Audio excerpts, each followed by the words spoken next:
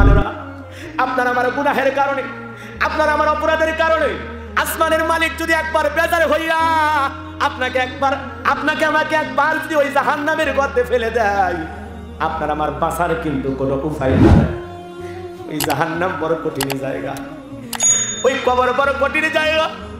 কারো জন্য জান্নাতের বাগান, কারো জন্য জাহান্নামের আগুনের গর্ত। নবীজি এক জায়গায় বসা একটা আওয়াজ কানের মধ্যে শুনতে পারলেন।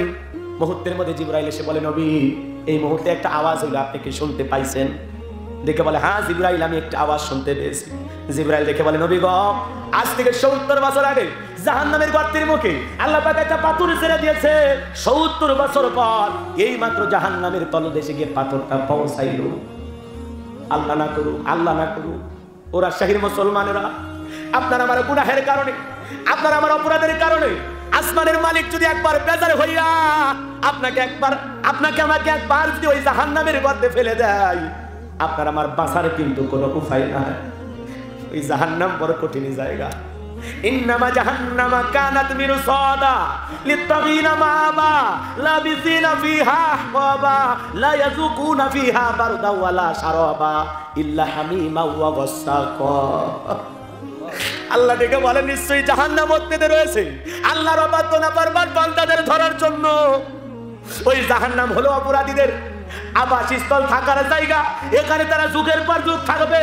ওই জাহান্নামের আগুনে জ্বলতে জ্বলতে ওই জাহান্নামের অপরাধীরা আল্লাহকে ডেকে বলবে, আল্লাহ দাও না একটু খাবার দাও, আমরা বড় ক্ষুধার্ত। আল্লাহর কাছে কেঁদে কেঁদে বলবে, আর সহ্য করতে পারি না মালিক, একটু খাবার দাও।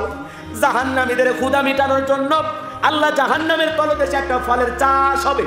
ওই ফলের নাম হলো জাক্কুম, কাঁটাযুক্ত ফল। ওই ফলটা যখন জাহান্নামী অপরাধী যারা, ওদেরকে খাওয়ার জন্য দেওয়া হবে, পরিবেশন করা হবে। এই না ক্ষুধা লাগছে তোমার, নাও ফলটা খাও। ওই ফলটা যখন দেবে, জাহান্নামী যখন ওই ফলটা হাতে পাইয়া গলার ভিতরে দিয়ে দেবে ক্ষুধা মেটানোর জন্য, ওই কাঁটাযুক্ত জাক্কুম ফলটা গলার মাঝামাঝি আটকে যাবে।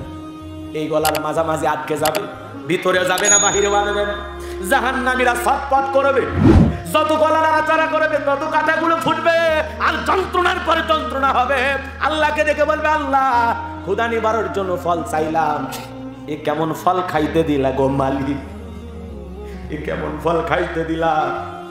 কোন মুমিন বিপদে আছে জেলখানায়, বলতেছে, ভাই আমি বড় তৃষ্ণার্ত, আমার একটু পানি দাও।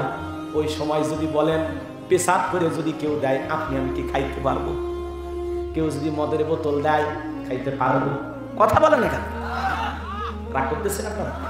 খারাপ লাগতেছে? এ বাজান কোন মুমিন যেমন এগুলো সহ্য করতে পারবে না, তাদের জন্য এটা কষ্টকর বিষয়। অপরাধীরা জাহান্নামে যাওয়ার পরে যখন কাঁটাযুক্ত ফল, এমনি তো জাহান্নামের আগুন, জাহান্নামের শিকল দেহের ভিতরে, এত কষ্ট, পুরো চামড়া জাহান্নামের আগুনে জ্বলার জন্য আল্লাহ তৈরি করে দিয়েছে আলাদাভাবে। ওই জাহান্নামের আগুন সহ্য করতে করতে এমনি তো যন্ত্রণার পর যন্ত্রণা, তার উপর আবার খাবার চাইছে। ওই ফলটা আবার কাঁটাযুক্ত ফল, ওইটা তো আসলে খাওয়ার জন্য বা সুস্বাদু ফল না, জাহান্নামীর ভালো লাগার জন্য না, বরং জাহান্নামীর যন্ত্রণা আরো বাড়ানোর জন্য আল্লাহ ফলটা খাওয়াইতে দিবে। ওই ফলটা যখন জাহান্নামীর গলার মাঝামাঝি আটকে যাবে, বলবে, আল্লাহ এ কেমন ফল খাওয়াইতে দিলা গো মালিক, ভিতরেও যায় না, বাইরেও আসে না, আর সহ্য করতে পারি না। জাহান্নামীরা যখন বারবার কেঁদে কেঁদে চিৎকার মেরে বলবে, আল্লাহ পানি দাও, পানি দাও, পানি দাও, তৃষ্ণা নিবারণের জন্য একটু পানি দাও। দুনিয়ার কথা মনে হবে, গলায় কিছু আটকে গেলে পানি খাইলে সরে যাইতো। জাহান্নামী মনে করবে, আমি পানি খাইলে মনে হয় ফলটা সরে যাবে। চিৎকার মেরে যখন পানি পানি বলে চিৎকার মারবে, আমার আল্লাহ পাক বলেন, লা ইয়াযুকু ফিহা বারদাও ওয়ালা শারাবা। তাদেরকে মিনারেল ওয়াটার দেয়া হবে না, ঠান্ডা পানি দেওয়া হবে না, এমন কোন পানি জাহান্নামীদেরকে পান করার জন্য দেয়া হবে না যেই পানিটা পান করে জাহান্নামী তার তৃষ্ণা নিবারণ করতে পারে। এমন পানির ব্যবস্থা জাহান্নামে নাই। কেমন পানি দেবে? ইল্লা হামিমা ওয়া গাসসাকা, ইল্লা হামিমা ওয়া গাসসাকা, এমন উত্তপ্ত ফুটান্ত গরম পানি যা পুষ ব্যতীত কিছুই নয়, যা পুষ ছাড়া কিছুই নয়। ওই দুর্গন্ধযুক্ত ওই পুষালা পানি যখন জাহান্নামীকে পান করানোর জন্য দেওয়া হবে, ওই পানিটা পান করা মাত্রই জাহান্নামীর নারী ভুঁড়িগুলো গলে গলে পড়বে। জাহান্নামী তখন আরো যন্ত্রণার পর যন্ত্রণা পাবে। হাদিস শরীফের ভিতরে আসছে বাজান, আর একটা বর্ণনায় বলা হয়েছে ওই জাহান্নামের উত্তপ্ত পানি যখন জাহান্নামীরা পান করবে, তার শরীরের গোশতগুলো, তার শরীরের চর্বিগুলো গলে গলে পড়বে, খসে খসে পড়বে। আহা, বলেন তো এই জাহান্নামে আপনি আমি কেউ কি যেতে চান? জোরে বলেন, যেতে চান? তাহলে কি করা লাগবে? হুজুর কেমনে জাহান্নামের আগুন থেকে আমরা বাঁচবো? কি করা লাগবে? আল্লাহ রাব্বুল আলামিন বলেন, ওয়াল্লাযীনা ইয়াবিতুনা লিরাব্বিহিম সুজদান ওয়া কিয়ামা। রাত্রি জাগরণ করতে হবে, আল্লাহর ইবাদত করে রাত অতিবাহিত করতে হবে আল্লাহকে সিজদা দিয়ে দণ্ডায়মান থেকে। হে মুসলমান যুবক, ঘুমাইলে চলবে না। তোমার এই যৌবনের বয়স ঘুমানোর বয়স না, এই যৌবন বয়সটা মালিকের ইবাদত করে কাটাইতে হবে। সুবহানাল্লাহ। যুবক, তুমি কত গুনাহ করতেছো তুমি কল্পনাও করো নাই। এই জমিনে তুমি কত অপরাধ করেছো কল্পনাও করো নাই। চোখের গুনাহ করেছি, হাতের গুনাহ করেছি, অন্তরের গুনাহ করেছি, এত গুনাহ করেছি, অপরাধ করেছি।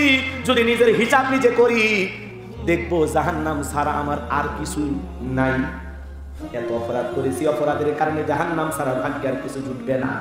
কিন্তু এখনো সময় আছে যুবক, তওবা করে ইস্তিগফারের মাধ্যমে মালিকের কাছে যদি ফিরে আসতে পারি, তওবা করে যদি আল্লাহকে বলতে পারি, আল্লাহ আর গুনাহ করব না, আর অপরাধ করব না, আর নামাজ ছাড়ব না, আর কোনোদিন বেয়াদবি করব না, মানুষের সাথে খারাপ আচরণ করব না, স্ত্রীকে কষ্ট দেব না, সন্তানদের কষ্ট দেব না, মাতা পিতাকে কষ্ট দেব না, প্রতিবেশীকে কষ্ট দেব না, কোনো মুসলমান ভাইকে কষ্ট দেব না, কারো প্রতি জুলুম করব না, জমির আল ঠেলবো না, খাদ্যে ভেজাল দেব না, দুধে পানি মেশাবো না, সুদ খাবো না, ঘুষ খাবো না, আর বেনামাজি থাকবো না। আজ থেকে নামাজি হয়ে যাব, আজ থেকে আমি নেককার হয়ে যাব, আজ থেকে আমি আল্লাহর ইবাদত করে কাটায়া দিতে পারবো।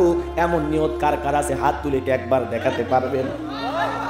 ও মালিক, তাকায় দেখো তোমার গোলামেরা রাজশাহীর জমিন থেকে তোমার দরবারে হাত তুলে ওয়াদা করে 5 ওয়াক্ত নামাজ পড়বেন তো ইনশাআল্লাহ? আল্লাহ রাব্বুল আলামিন যেভাবে আমাদের চলতে বলেছেন সেইভাবে চলবেন তো ইনশাআল্লাহ? হাত নামান ও রাজশাহীর মুসলমানেরা। আল্লাহ বলেন রাত্রি জাগরণ করতে হবে, আল্লাহকে সিজদা দিয়া আল্লাহর ইবাদত করে কাটায় দিতে হবে। শুধু নামাজ পড়ে ইবাদত করে গভীর রাত্রে কাটায় দেব না। ওই গভীর রাত্রের ইবাদত যারা করতে পারবে ওরা আল্লাহর খাঁটি প্রেমিক। কথা বলেন ঠিক না? গভীর রাত্রের ইবাদত করলে কার প্রিয় হওয়া যায়? কথা বলেন না কেন? নবী যদি রাত্রি জাগরণ করে ইবাদত করতে পারেন, নবীরা জন্মের আগে মাসুম, জন্মের পরে মাসুম, সমস্ত পৃথিবীর নবীরা হলো মাসুম। বলেন আল্লাহু আকবার। পৃথিবীর সকল পয়গাম্বররা জান্নাতি। বলেন সুবহানাল্লাহ। তারা যদি রাত্রি জাগরণ করে কাটতে পারেন, সাহাবা ইকরাম জান্নাতের সার্টিফিকেট পেয়েছেন, এরপরেও কেঁদেছেন। কথা বলেন। তাহলে আপনার আমার কাঁদার দরকার আছে না নাই?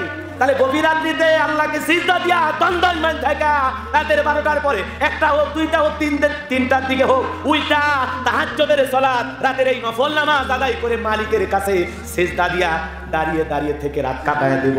আর সিজদায় গিয়ে আল্লাহকে বলবো, রব্বানা সুরিফা আন্না আযাবা জাহান্নাম ইন্না আযাবাহা কানা গরামা।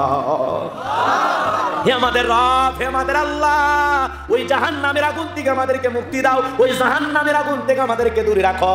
যেই জাহান্নামের আগুন বিনাশ ছাড়া কিছুই নয়, ধ্বংস ছাড়া আর কিছুই নয়। ওই জাহান্নামের আগুন থেকে আমাদের মুক্তি দাও। তাহলে জাহান্নামের আগুন থেকে মুক্তি চাইতে হবে কার কাছে? আরো জোরে বলেন, কার কাছে?